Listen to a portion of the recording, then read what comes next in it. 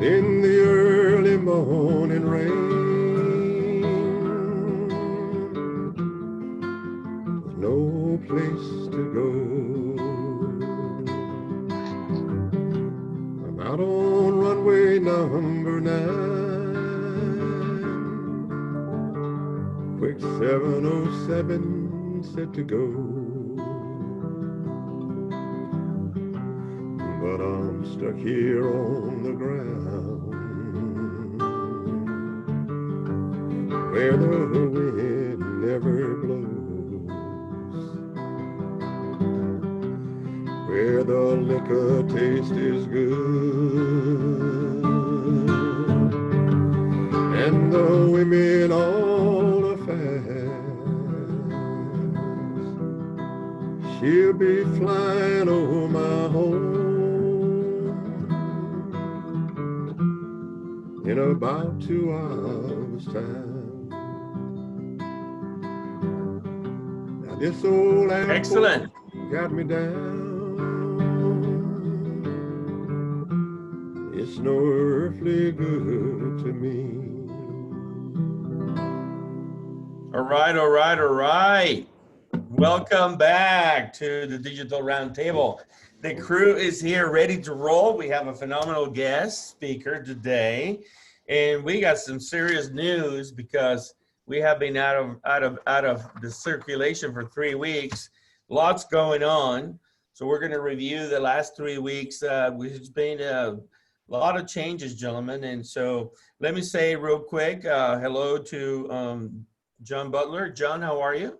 I'm just doing just fine. You coming off a great conference that you had. I met a lot of great people. I learned a lot from my discussion, and it's good to be back.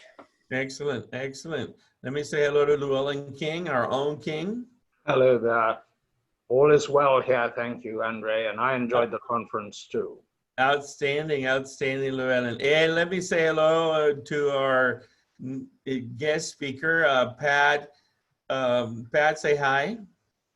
Hello, everybody. Hello, Andres, and thank you very much for including me in this interesting digital roundtable discussion today. So Pat is quite an accomplished professional, and he's been in multiple industries, primarily in the consumer electronics, computing, high tech world, and worked at Flextronics, now called Flex, a multi-billion-dollar company that when he joined was tiny, and actually helped grow it to the multi-billion-dollar thing that it is today. And since then, he's joined in other endeavors, and most recently was the vice president of technology at a company called Commentator, which is basically a company that is trying to reinvent the construction industry. And we'll hear more about that from him. And then, you know, Pat recently has joined CMG Consulting, and he's doing also all kinds of cool things about it. So hopefully we'll hear about those as well. Right, Pat? Indeed. And again, thank you. It's great to be here and share some of the interesting discussions coming off the Digital 360, which I thought was phenomenal in terms of the sort of depth and breadth of folks that were participating and keynoting, and also the actual discussion. So hopefully we can touch on some of that today as well. Absolutely, absolutely. But first and foremost, let's go back to where is the country on certain things. So as usually, you know, we review the COVID-19 numbers, and, you know, obviously 3 weeks have gone by. So the number of death has gone up, and it's in the 183,000 range now, slightly trending down in the last week or so. In terms of cases, we have, you know, crossed the 6 million mark, and it's slightly trending down also from last week. Obviously, the country is trying to open up, and one of the big things that I want to get your feedback on is this back to school is on, and certain places is on, and certain places, you know, was hybrid and is now 100% digital, like places like Notre Dame and others, and so there's quite a bit of you know, resetting, if you will, on changing plans. Obviously, we also got the sports leagues back on, and some are having some trouble. Love to hear from you guys on that. In terms of the stock market, you all know that, you know, it's kind of the losers and winners of COVID-19, digital versus non-digital, has created an interesting reality in the economy, and the stock market is leveraging that for good or bad or indifferent. So the Dow is up from last 3 weeks about 1,000 points, and the New York index is up about 200 points, and the NASDAQ is up about 1,000 points. And it's kind of interesting what's happening in that regard. Price of crude oil is kind of flat. You know, it's up $1.62. Again, I would think that with not a lot of people flying, but a lot of people driving, there's somehow, you know, there would be more people driving and moving around, but apparently not. Apparently everybody's pretty steady. And so the price of gas and the price of oil are staying somewhat steady. Gas in the region here in Austin is at 165, which is barely 2 cents up from the last 3 weeks. Again, you would think that in the summer, a lot of people move around, but apparently not. We still don't have a job report for the month of August. So gentlemen, what's happening? Let's go, John. John, what's going on with the economy? What's happening with COVID, back to school, sports leagues? What's going on? Well, you know, Andre, it's very interesting because from interesting point of view, they are related. We know that back to school is related to the social forces of daycare for children. So therefore, when kids go to school, they also go to daycare in their parents' eyes. So not just a matter of learning, it's a matter of getting the economy back. So the structure there in high school and elementary school is, how can we get the economy going if the kids are still at home? So it's interesting for us to watch the dynamics between going back to school. On the one hand, people talk about the idea of learning for children, which is very, very important. But we also it's related to parents being able to go back to work. The other thing is on the intellectual side or the college side. You know, I have a niece in Louisiana. She went back to school, but she's taken all of her classes on Zoom.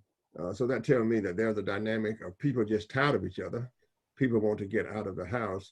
So I think all of this, everybody wants to get back, but it's interesting to see how the science is done and how it relates to the economy. And I just happen to think that they are really, really interrelated. The other thing is the sports stuff. I find it very, very interesting. In a sense, it's not necessarily a repeat of the 1960s, because, you know, myself was one of the first blacks to participate in the SEC at LSU. So I think that everybody's in, but it's switched to something else. Like, you know, you should not only should you be in, but you should also be really, really aware of what's going on around you and what's going on around in society. Now, you know, we've always had that, especially at the national level. That is, the United States refused to allow the Soviet Union to participate. In the 1960s, we had all kind of racial stuff going on. But I find it interesting that the causes are different. Early causes was because of participation, and these are other kinds of things. And the stock market, my gosh, it just goes to tell you that people will put the money in the stock market because they have nowhere else to put it. I think that when the investments tend to break out, and it becomes more diverse in terms of where money can go, then we might see a movement away from the stock market.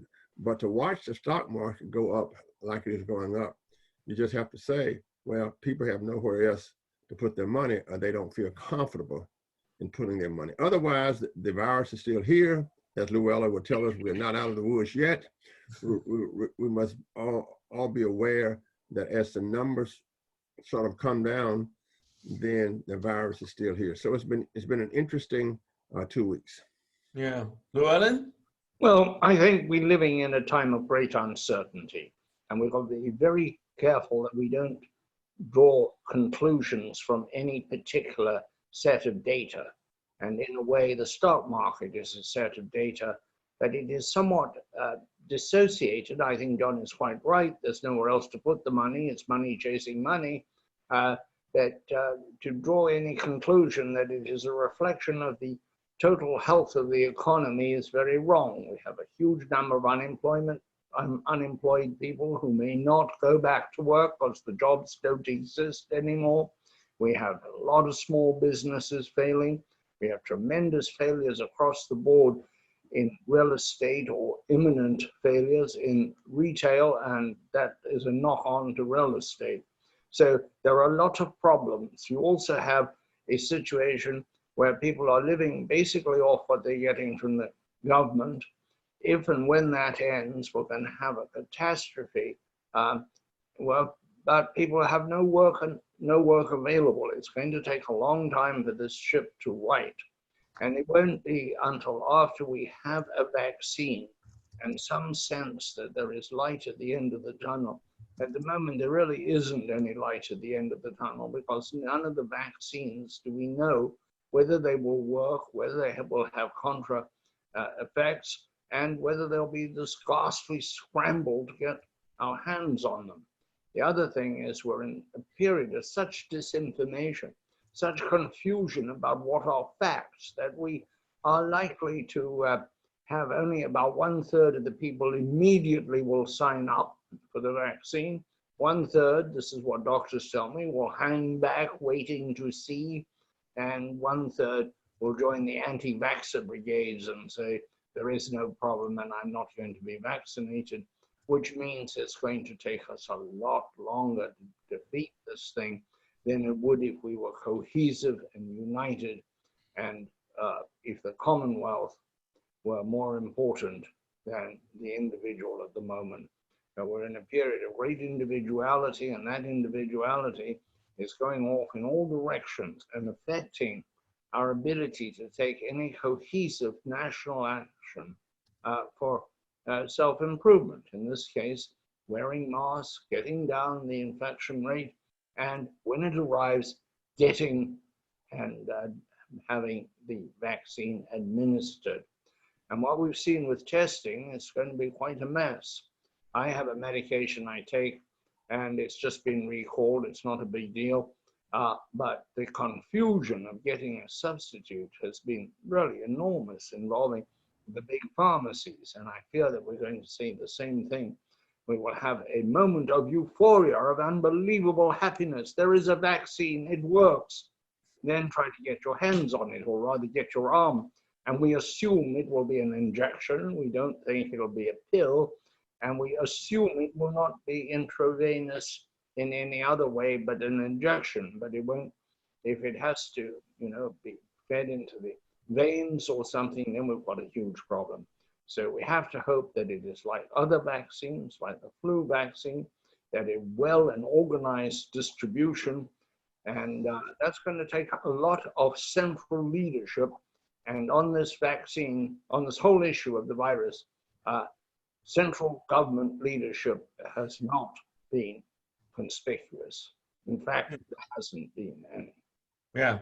So Pat, you probably see things a little different. You move in a very high-tech world. What do you make of all this news? What do you see happening in your world? Yeah, so let me make a few comments. A very interesting discussion. So in my view, even though I think that technology, companies of the world are quite used to working virtually, so it's not new there, and I'll touch on that later. This for sure is unprecedented times in my lifetime, and quite likely everybody on the panel, where you have just this convergence of things caused by the pandemic that are just disrupting everything. My kids are grown and out of school, but I would have to say, as a parent, I would really be pressed to face the difficult choice of sending your kids back to school and potentially exposing them to the COVID disease versus the need, for continuous learning and growth and things like that. Those are very, very difficult decisions that are hard to undertake, I'm sure. I wanted to maybe touch on two things I could go a little bit deeper on, is really the work environment, and then maybe the whole, banking or cash, stock market type of thing, from an investor's point of view. In terms of work, like I'd said before, the technology companies of the world that seem to be doing well now and maybe potentially even surviving or thriving in these times are are very used to working digitally, with very advanced tools and, file exchange and internet methodologies. So like me in particular, my work schedule has actually increased over the past 3 or 4 months versus decreased, even though everybody's, on, waivers or furloughs or whatever the case is. We continue to march ahead. You can design products, you can design buildings, you can create assemblies and processes and things like that virtually and share them very easily with the tools of today. So that's an interesting footnote and could in fact be the reason why you see, the Teslas of the world, exploding and splitting their stocks and things like that. In terms of, stock market and banking and dollars and investment, there is a ton of money sitting on the sideline that I would concur with the previous points that folks just quite don't know what to do with it yet. Usually the VC and the PE industries are very, very vital and thriving. And we see a lot of people, because of all the challenges, kind of holding on and being very, very selective in what they do. Maybe even just deferring decisions to see, the potential outcome of these types of things. Back to the work environment, though, I think what I see is a lot of companies are really starting to rethink their whole building and their whole real estate plan. People are working from home. Companies like Google are saying, yeah, we're going to let people work, exclusively from home through, half of 2021. And that's leading a lot of people to say, do we even need office space anymore for a big part of our building? That's a pretty interesting thought, and that has a lot of potential disruption, even around all the things that we talked about on Digital 360, smart city, smart building, smart infrastructure. Maybe you don't quite need as much as we thought, or maybe it's not as big of a growth environment or going to move as fast as we thought with the advent of the pandemics of the world. So there's a lot of things. Just a specific example, I could tell you companies I've worked for, many locations, many big buildings, bullpen type environments where, you have 100 people sitting, desk to desk to desk in an open area, collaborating, working, doing whatever they need to do. And now it's like, well, we can't do that anymore. How do you protect the employees from COVID? How do you clean spaces like that? And really moving to simple things like, maybe the office is going to become more of a hotspot, with sort of segregated, work areas that are easy to clean and maintain and create separation. And people, you come in, you maybe do something specifically with your team, and then you leave and you go work back at home. So these are really big changes that I don't think we've quite, gotten to the bottom of or quite seen the impact yet. And the reason I say that is related a little bit to my last point, is that a lot of the fallout of what's happened so far is yet to be seen. I've seen major announcements by major U.S. corporations that are, going to let go, 15,000 people here now. They've survived the last 6 months, held on by tooth and nail, whatever the case is. And now the impact is at the point where the rubber's hitting the road. You actually have to go do something about it. So I think we still have lots of challenges ahead. And then not to mention, I think Llewelyn touched on this, government leadership, we're in an election year, and politics as usual are divisive and fraught with misinformation and, and every other thing that's known to mankind that is typical to politics. But in the environment that we're in now, it's even more difficult because, as an average citizen, you look for leadership, you look for science, you look for answers that you can sort of trust, making the full circle to go back to say something like, do I put my kids back in school or not? Do I partake in opening the economy, or do I sit tight for a little while because I am still concerned about COVID? So these are very, very difficult, unheralded times, certainly in my lifetime, and I think are at best confusing. So, don't have a lot of answers and maybe even pointing out the obvious there, but I think we have lots of challenges to continue. Yeah.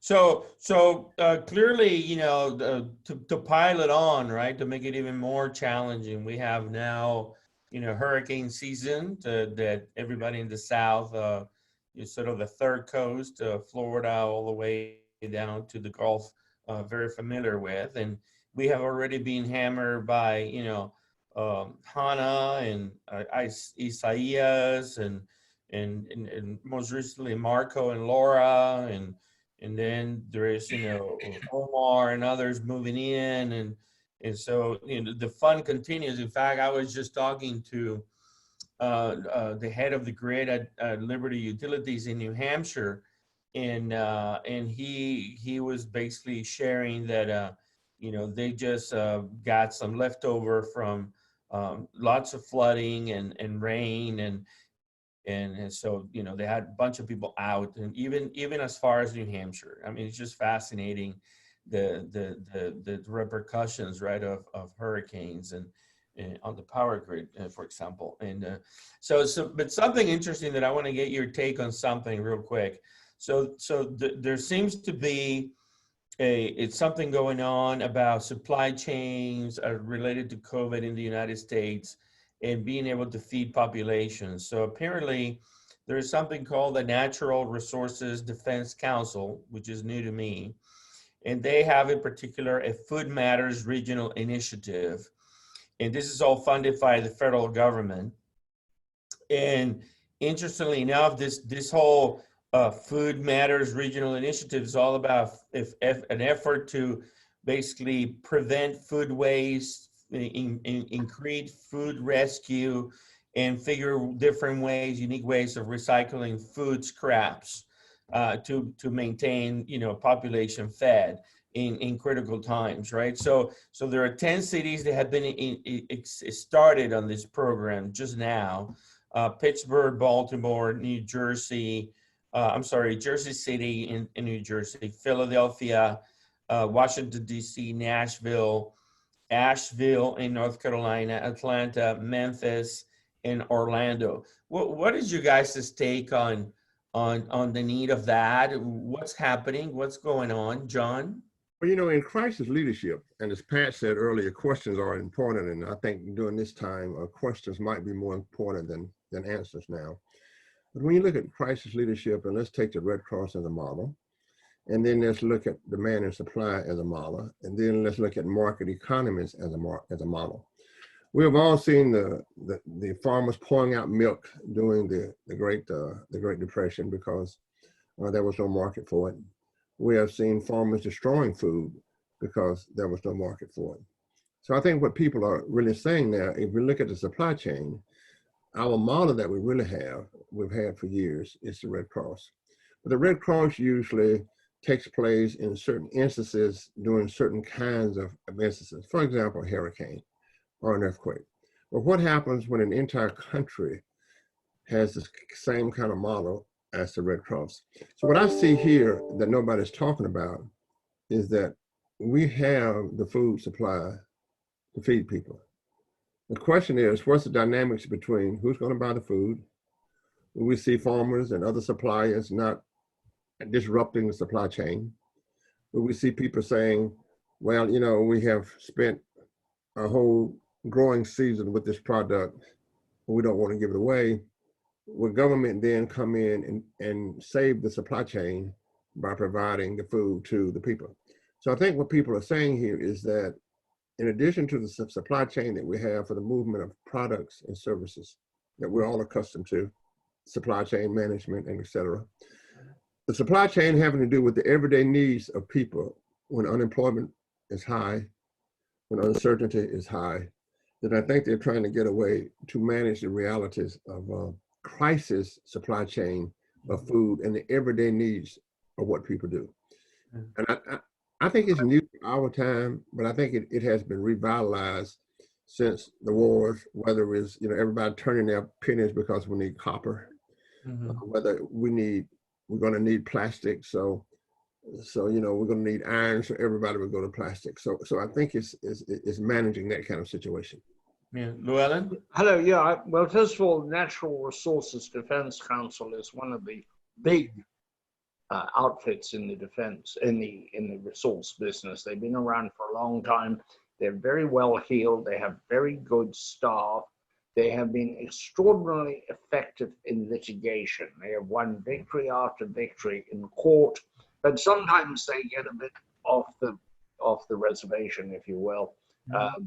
They've got very exercised about Allard And it ended up with a ludicrous situation where a state trooper went on a bus and confiscated a lunch pail from a child because it had an apple.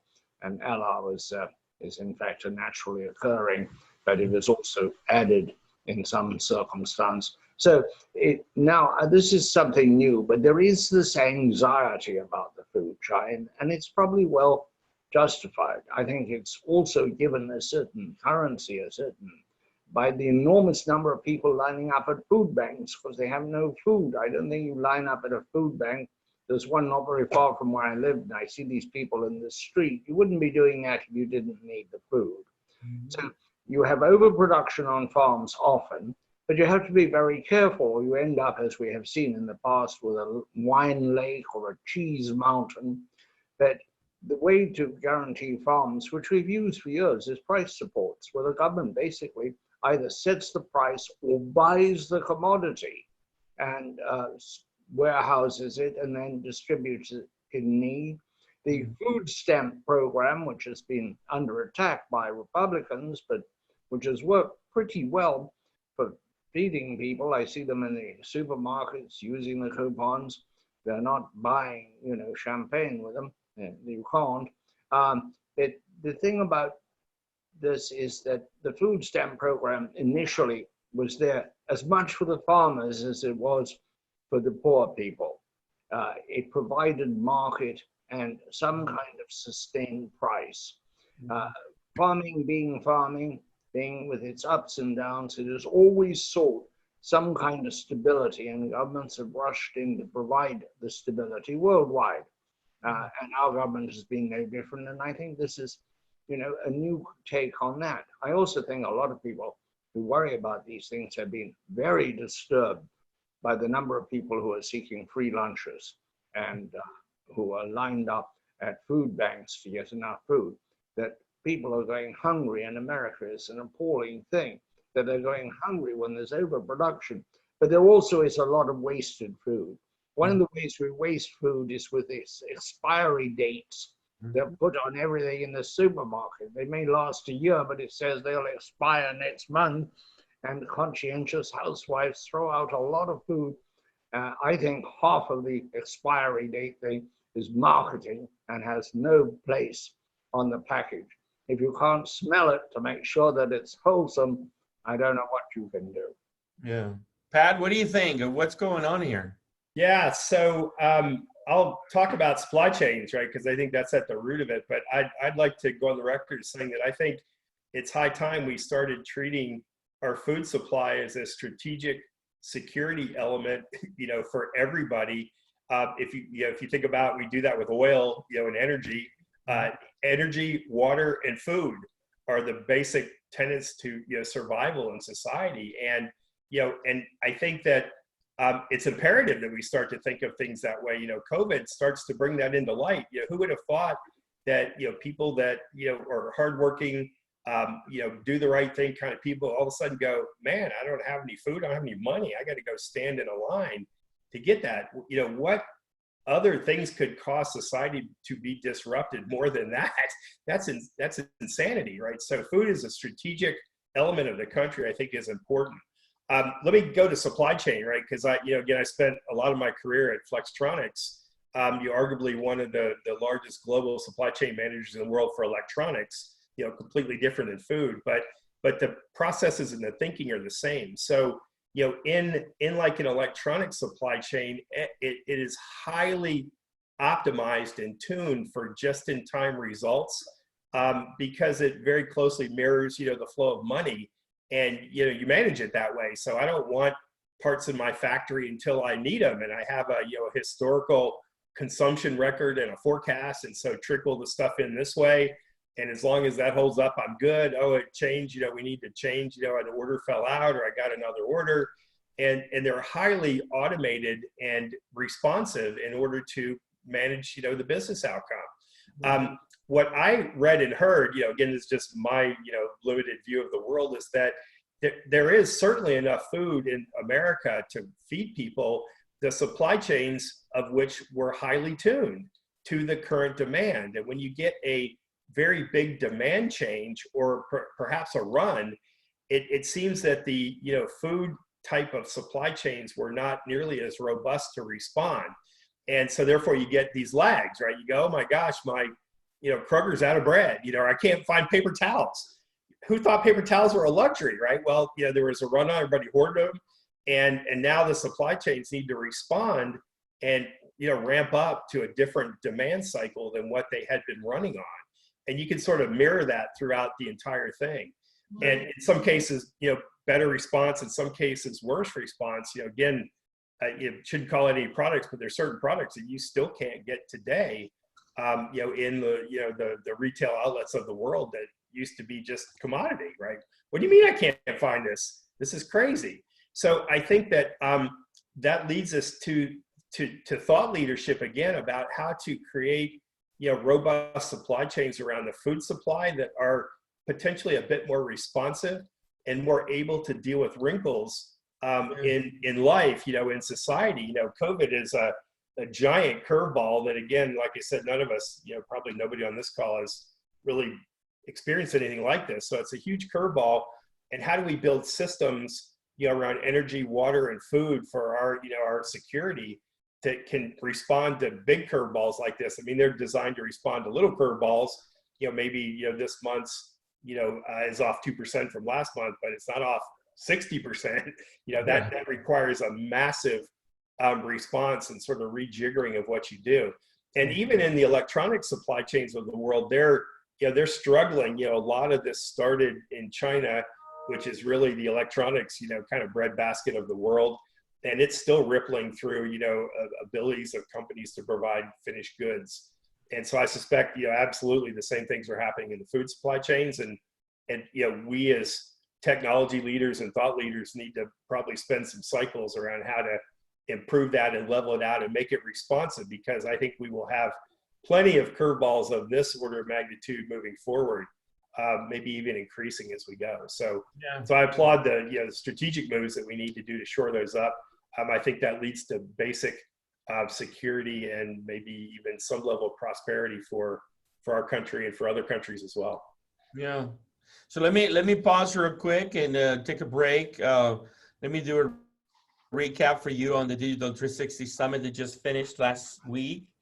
It was 6 days, 12 sessions. It was fantastic. We had actually 70 plus speakers, 16 keynotes, 11 panels. We will follow up with 11 white papers and 28 videos. It's going to be an amazing, rich content tale of knowledge that we're going to put up there. We intend to do webinars for each of the white papers with experts from some of the panels. We cover a significant amount of industries, and it went really, really, really well. And I'll get you guys' feedback in a moment on that. But here's the list of companies that participated, and it's pretty much the who's who. And then I want to announce now that the 2021 edition is going to be at the Embassy Suites in San Marcos, which is a spa convention center style hotel. It's going to be May 18th, 19th, and 20th. And it's going to be fairly similar. We may add one extra panel or two. Thinking about that, we'll probably get some 80 speakers. We had 901 registered users this time around.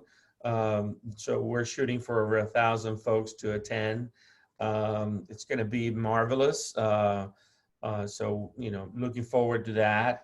And then I want to thank again Texas State for sponsoring our Digital Roundtable. So Pat, I know that you were excited about Digital 360 Summit. So you wanna give us some feedback on what went well and what could be done even better? Yeah, sure. So let me start with the what went well part. I was thank you for having me be a keynote speaker on smart buildings, which is a topic that interests me and have a lot of experience in. So I thought that was just a great opportunity to participate. I did take the time to listen to the other keynotes. John had one on smart cities, which I thought was very good and relevant. And the big data and software elements, I think, are the second technology underpinning of what we want to do. And then, network, sensors, and edge processing are all enabling technologies that are moving ahead rapidly and are the basic tenets of what are needed to create sort of an intelligent society that I think we're moving to. So I was very impressed by the depth and the breadth of the speakers, the panels, and the keynotes. And I was even more impressed by the group that was brought together by that. I think actually starts to create a very comprehensive ecosystem of thought leadership and guidance around how we move to more intelligent living, which is affected by many things: energy, water, food, buildings, you name it. And so there was a great exchange of information, which I think is the first step. But I also think maybe on top of a digital 360, you can build actions, which I think is what you were just talking about, that we can take what we learned and what we discussed and maybe even move into actions, which is really the beginning of causing these things to take place. And what better way to do that when we have sort of thought leadership, customers, users, general population inputs of what's good, bad, or indifferent, and maybe the ability to link these things in a way that aren't necessarily obvious outside of a full digital 360 format. So I think it's an amazing initiative. I was very, very pleased to participate and looking forward to continuing that. And then again, moving to action, right? I think we can out of that platform, we can cause things to start to happen to move in the right direction towards a more intelligent society. Thank you. Thank you. John? Can I ask Pat a question? Yeah. I've worked in a lot of enterprises, and what I find interesting about the digital transformation or the grid or electricity in America is that, most companies can move on a dime. They can, but this industry tends to move by the decade.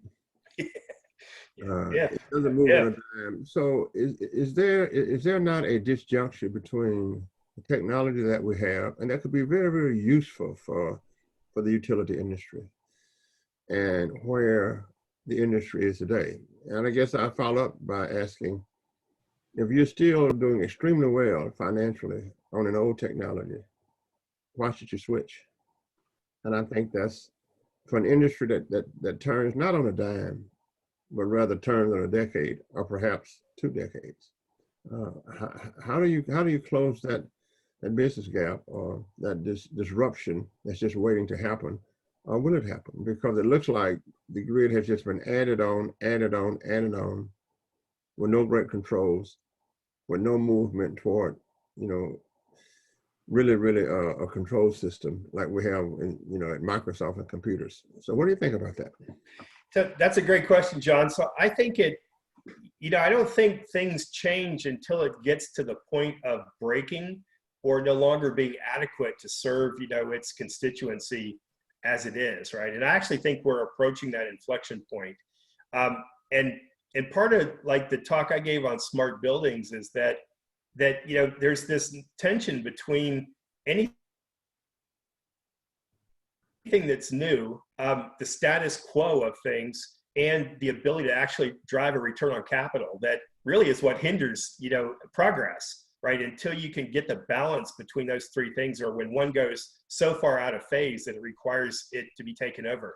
The example that I used, and this maybe doesn't answer your question, but it points to data that suggests that it's moving towards an inflection. I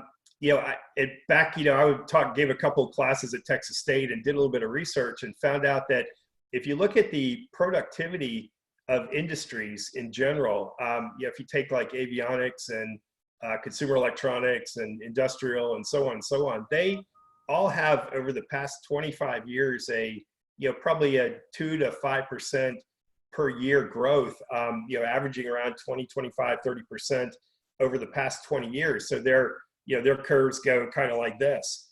And then you go to construction or AEC, and its curve kind of goes like this. I mean, over the last 20 to 25 years, it has had a negative productivity improvement, which to me, in one of the biggest TAMs of the world, I just can't even understand it. So I dug a little bit more, and it turns out that what happens is a lot of the industries that are on the uptake are actually leveraging technologies in ways that actually create, productivity improvements, right? And again, I'm in a company that's in the construction business, and I can tell you it is completely antiquated. Nobody wants to do anything new. Why fix something that isn't broken? And the answer is because pretty soon the capital and the return on investment and the financial end of those businesses are going to require them to do something completely different. And I suspect the grid and maybe water services and food for sure that we just talked about are probably approaching some asymptotes there where it's going to require it to change. If you just talk about the grid, and if you're going to add more affordable homes and more buildings and more this and more that, it's going to break. If you're going to hang another billion sensors off the internet, it's going to break, right? If you do things like that, they require fundamental changes in thinking. And I think that we're getting towards that point. I don't think we're quite there yet, because that's why you don't see things change very fast. But I'm pretty sure you're going to reach an asymptote where technology is going to really have to step in and drive those changes. And then you'll start to see things happening because it'll be a need. Like, they won't improve the food supply chain until there's a drastic need for it. Guess what? We're starting to see that already. Right. So that's maybe an example of. I'd like to ask Pat a question. Pat, just in time, isn't that in some doubt? Hasn't the virus made us aware that just in time may not be the ideal business pattern, that it 100%. increases vulnerability? 100%. So just in time is another one of those concepts that's evolved over the past 15 or 20 years. And it has been good enough, right? Because we haven't had things like COVID to deal with. But all of a sudden you get COVID and it completely exposes the weaknesses in sort of a just-in-time thinking, and it requires you now to adjust, whether you want to or not. People are looking at the supply chains of food now and saying, wow, the days of like accommodating a 2% up or down are gone. I might have to face, wild swings of 50 to 60%. And again, if you look at, just look at oil, right? Our strategic reserve entire policy is based around trying to buffer, wild swings like that, because it could lead to disaster, right? Guess what? It's time to do that with other things as well. COVID is exposing that, and I completely agree with you that those strategies of old are no longer going to be valid. And I think people and clearly guys like us need to think about how to do it different so we can deal with events like COVID or pandemics in general. A question about construction, Pat. I'm so glad you raised the fact that construction doesn't seem to evolve at all. It remains just about the way it was 50 years ago and probably 100 years ago. It also seems to be very regional, where there are particular ways of doing something in one part of the country, and if it's a superior way, it doesn't get to another part of the country. And I'm not even sure that there is any mechanism for assessing what is the superior way. But a question tacked onto that statement is, with the new super tall buildings, New York is a case in point, isn't that driving construction towards more sophisticated solutions and very complex buildings like the Shard in London, for example? Isn't that a driver?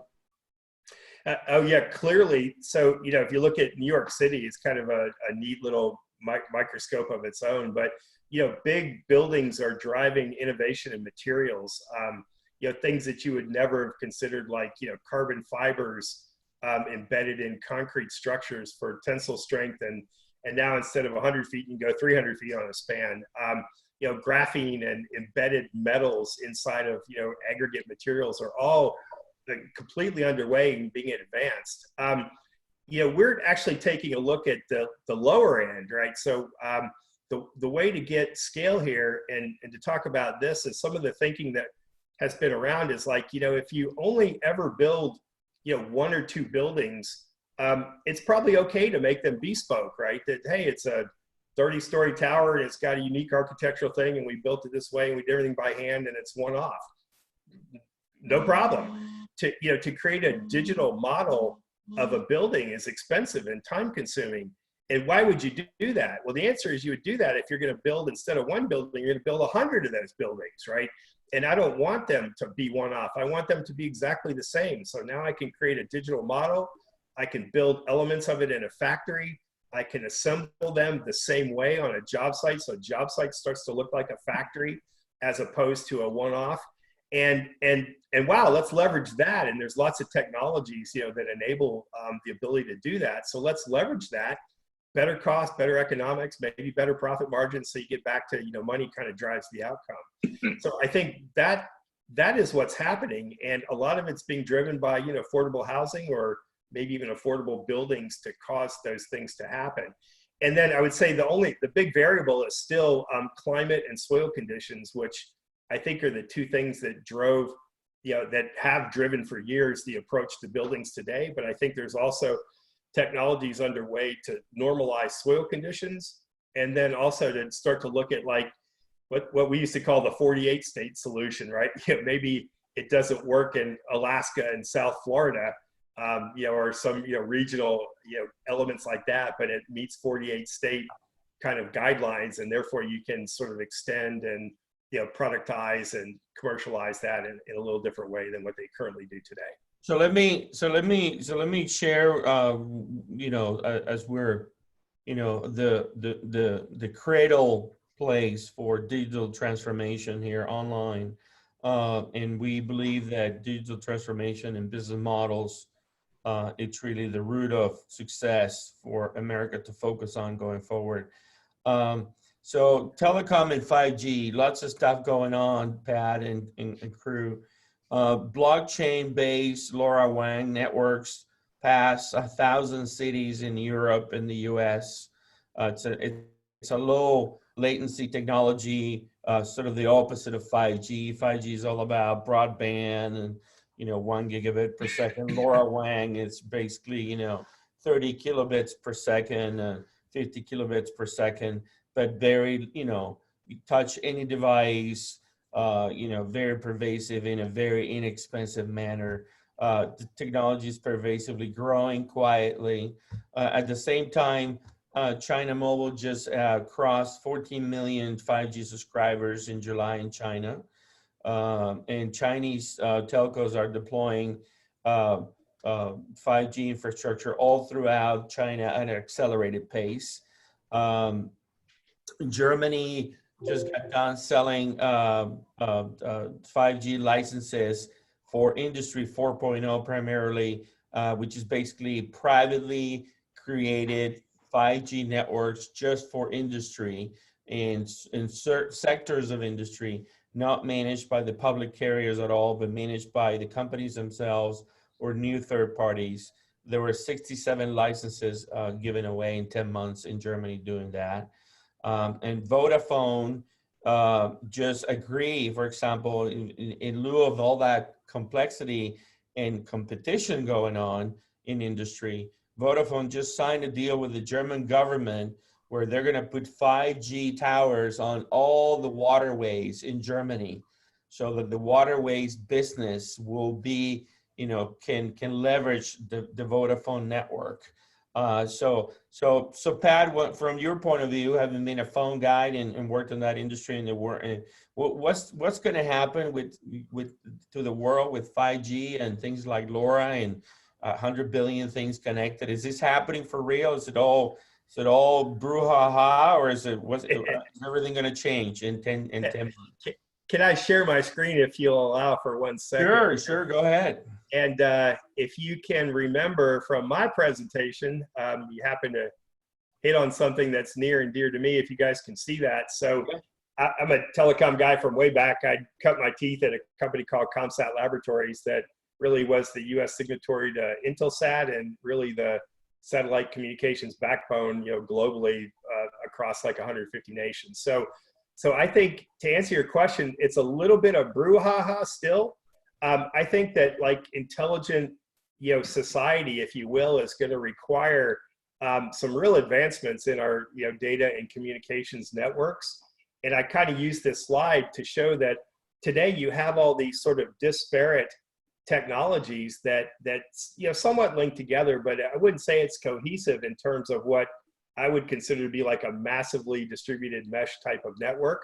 So if you look at that graphic, I think that each of the different technologies that you pointed out have a place to play, because what you've got to do is you've got to communicate from, very local, a couple feet, if you will, up to, potentially globally, right? And so you're going to span across each of these networks. We talk about the low energy, BLE or 802.11, Bluetooth, Wi-Fi's, LoRa, 4G, 5G is definitely going to be a huge backbone, and then possibly even satellite to be able to carry, data around. And so today, I'm not sure the networks are capable of attaching, another billion sensors. They're certainly adequate and working fine for all the voice and data comm that you see today.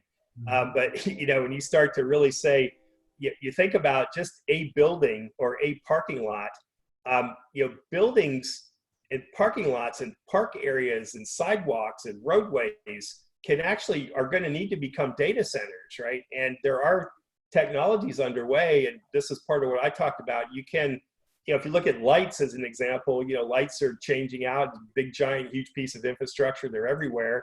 You can enable a lot of the technologies, in a hockey puck size, electronic device that could be stuck in a light.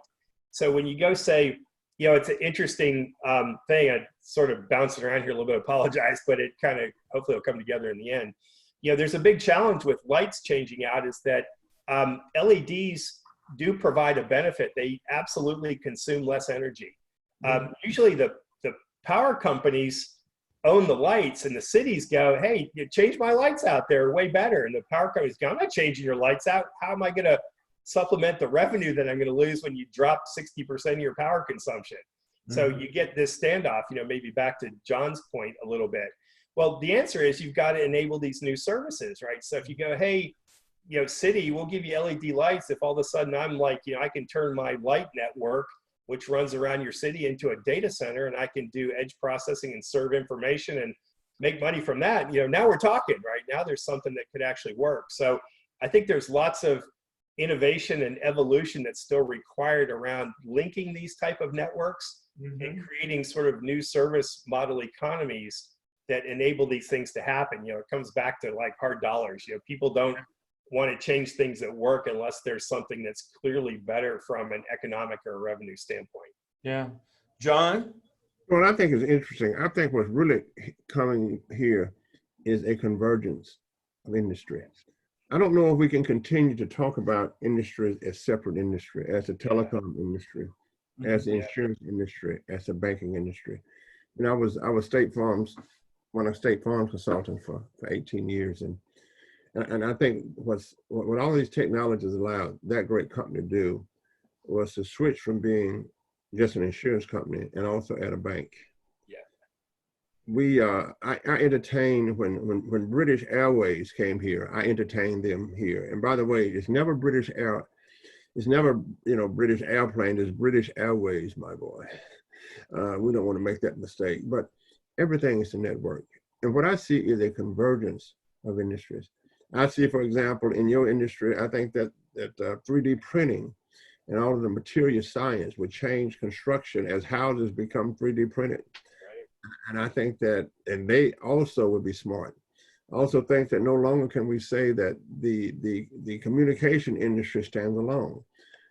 So therefore, if you build a building, you're in that industry, because the data coming off that industry and all the things that's required to run that industry just switches the business models. So what I see, Andre, with 5G is an automobile is nothing but a big computer now with tires.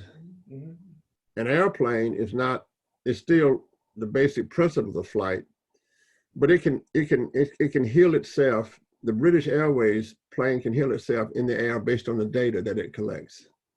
All of these things mean that the network is everything. It's everything in telecommunications, right? It's everything in the construction industry. It's everything in the teaching industry. And as more things get sensors on them, our ability to control them will create industries that we have never thought of before. And then, of course, the ability for us to really take care of what's going on. But when it goes down, lordy, lordy, lordy, that means everything can be hacked. That thing we're at the constant beacon call, and we must put up our guards about hacking. That means the flight from Austin to Dallas can be hacked. So what I see is not just 5G standing alone. I see it as a mechanism that will combine industries and create new industries.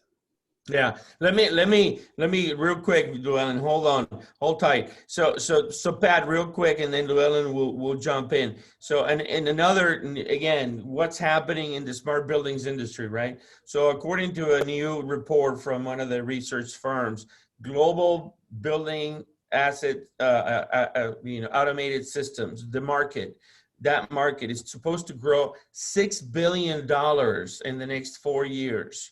Right? It's going to explode, right? They're predicting a total explosion of building automation, right? Regardless of the fact that we don't know what's going to happen with commercial real estate and COVID and all that, right? And Johnson Controls just announced, for example, that they're focused 100% as a company, and they are probably the granddaddy of building automation globally, along with Siemens and others. But they basically are what ways to redesign buildings for reoccupancy. So when you think, and you know these numbers, and you just came from Terra, but what do you think is going to happen here short term? So we had been going from a world of little automation to an accelerated need for automation. COVID is injected that 10x perhaps, and then you have put at some point a model of gentrification of sort of the city of the future, kind of like in Europe, eat, work, and live in the same building kind of thing with retail at the bottom, and COVID is changing that. What do you think is going to happen? What are the buildings looking like? What does downtown look like 3 years from now?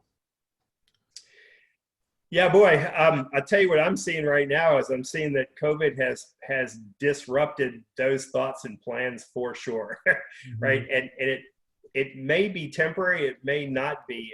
I think it's yet to be determined because we haven't quite come out of it yet. And maybe even back to some of the earlier discussion, companies are rethinking, the need or how their buildings are going to be populated. Quite a few. Buildings are for a couple things, for shelter and comfort, so it's a home or it's an office. And as you work more out of your home, you maybe have less need for office type buildings, or maybe a reduced need. I do think that part is yet to be seen or known as we get through COVID. I'm hopeful that eventually, 6 months, a year from now, there's a lot of innovative people. We'll find some vaccines. We'll beat this thing. Things will get back to normal, although you'll have really this in the rearview mirror as a checkpoint. I don't know that it'll be quite as fast or pervasive as maybe we were thinking pre-COVID, but for sure it's going to continue because it's driven by the need for affordable housing and the need for companies to figure out how to generate revenue efficiently. And if it turns out that people are working from their homes and you don't need office space, then there's going to be less office space. Yeah. Less office space, you're going to need less automation, or there'll be less new building starts where you have the opportunity to put automation in. So there's all kinds of things like that. I think it's going to be a great learning process and a little bit yet to be seen, in my opinion. Llewelyn? Well, I would like to salute John on what he said. I thought he brought the future together brilliantly when he spoke a few moments ago. I think that buildings are really going to be very important, and I think I'm so glad that Pat has made the point about affordable housing, because as a driver, one of the limitations, one of the reasons we have a housing shortage is it doesn't pay to build affordable housing. It is not, developers are not rushing in to build affordable housing, and this creates a terrible housing shortage at the bottom. There's an inventory shortage in housing generally. Even in this time of great uncertainty, there is no large surge in the number of dwellings for sale. In fact, there's a great shortage of dwellings and the cost is going up all the time. So John, I think you're quite right there. If we can build them quicker, more efficiently, and not look at them as individual, but as a commodity, if you will, commodity houses that can be turned out maybe in factories, so that people have shelter. It has happened before. It happened in the Industrial Revolution when the row houses were put up because the workers had to go somewhere. It happened sometimes less satisfactorily with tenements. It's time for a new look at housing. And some of them will have to be built in the suburbs, notwithstanding what the president is saying. That just makes sense that they have to go somewhere in the suburbs.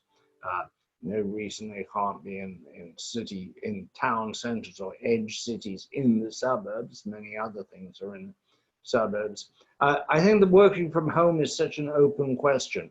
Productivity is up for some workers working from home because they're not spending so much time commuting. But the human cost of the isolation and what you're losing from not being in a place where everything is going on. I know as a journalist, you're much more productive if you're writing at home. But in terms of reporting, you're better off in the office with other reporters. You can ask them questions. You can borrow from each other. You can, hey, do you know anybody who works there? I'm looking for somebody who knows something about sovereign wealth funds. Do you know anybody? That is a very valuable thing which you lose with the isolation. You even lose it with individual offices. Time magazine, which was very rich, used individual offices in Rockefeller Center. They lost something that wasn't lost at say, the New York Times down the street. So we're going to change, but we don't know. And we don't know what pressures which cannot be calibrated. Yeah. The pressures we can calibrate are known, but the human ones can't be calibrated, but they have a huge impact. Even economics is changing. We're beginning to have whole different ideas about economics than we had before. There's been some brilliant coverage of this in the Economist magazine recently. I recommend it to people. Yeah, I feel like there's clearly a huge divide. We've gone over, but I want to make this last point and hear your closing remarks from three of you. So when it comes to smart cities, General Motors declared that they will have 5G connected vehicles by 2022. That is just a year and a half from now. That's huge. I mean, for GM to make that commitment. Australian cities just issue a new mandate, and they have a global, a national standard to move all cities to 5G. They have a 24-month plan to do that, all cities.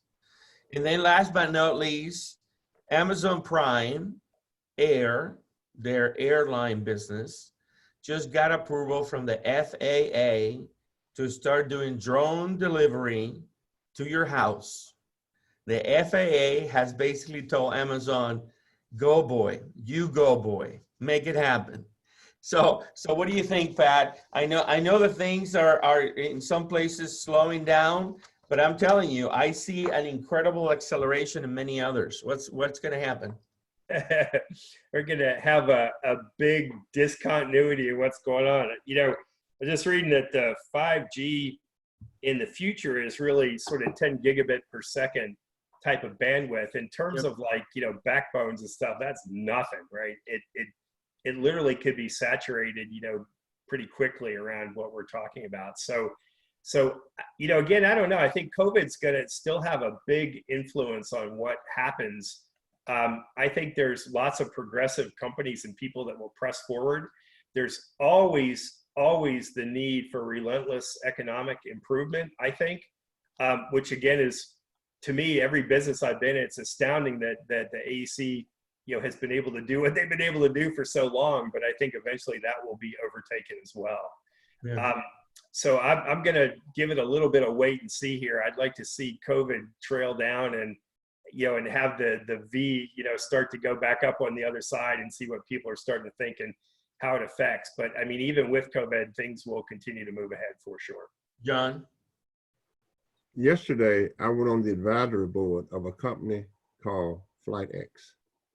And their vision with 5G is to have drones attached to every building in Austin and fly you anywhere you want to go. These are engineering professors, my colleagues at the University of Texas at Austin. They spoke in my MBA class last semester, my practicum class last semester. And if you can imagine with me that every building, Pat, would have a landing device, like the Right. Jetsons, both of us. Right. And when I want to go to Waco, I'll just step out and they will fly me, and they're Nice. getting the rights right now to fly me from Waco to Austin. They're getting the rights to fly me from Austin to the Capitol. Right. So who knows what the future will bring, but I can tell you this, my colleagues in engineering at the University of Texas have created a company called FlightX, and they spoke in my class, and that's all the kids wanted to talk about. Yeah. But Pat, that means that the buildings will have to be redesigned. Yeah. That means that flight of ways will be designed in all cities. That means that Llewelyn can step outside of his house and just fly to Washington by himself. Well, you've touched on something very important here, and that is what is generally missed in discussions about smart cities is smart transportation. Okay. One of the things we've learned from the not commuting has been how much time we wasted in commuting. I mean, we knew it empirically, but we didn't really have it quantified. Now we see it quantified, the enormous waste of time and fuel and everything else. Smart transportation is the missing dimension in most discussions about smart cities, in my view. Well, let me just add, excellent comment, Andre. The U.S. Air Force is excited about this. The military is excited about this. So Uber doesn't know what's about to hit them. So let me add a comment too. You know, if you look at, you know, aircraft or air transportation is really turning towards electricity to be the main source of propulsion. Mm-hmm. So if you think about cars and how many charge posts and gas station equivalents you need for cars, you know, a building's going to have an energy, you know, a grid, a smart grid on it to charge, you know, probably electric aircraft or transportation or scooters or cars or, you know, whatever, you know, it may be. So I completely agree. It's transformative and it's upon us. Keep an eye on FlightX. Yeah. Thank you. So data points for your comment, Pat. There are 140,000 gas stations in the U.S. Right. There used to be 200,000 gas stations in 1986. So it's been dwindling down, and there are 28 million commercial industrial buildings in the U.S. Wow. Yeah. So think of if you have to put energy charging, you know, batteries or storage or grids on anything moving forward, it's absolutely going to be a part of intelligent life and transportation and mobility, everything. Absolutely. And I don't want to plug anything else in, but I guess I will. Yeah. All right. With that said, unfortunately, we at some point have to wrap it up. So John, if you would take us away. Pat, thank you for being with us today. Yeah, quick comment. So my honor to be able to have this discussion with you guys. It was awesome. Back on the road again. The life I love is making music with my friends. I can't wait to get on the road again. On the road again. Going places that I've never been, especially the drone, seeing things that I may never see again. I can't wait to get on the road again.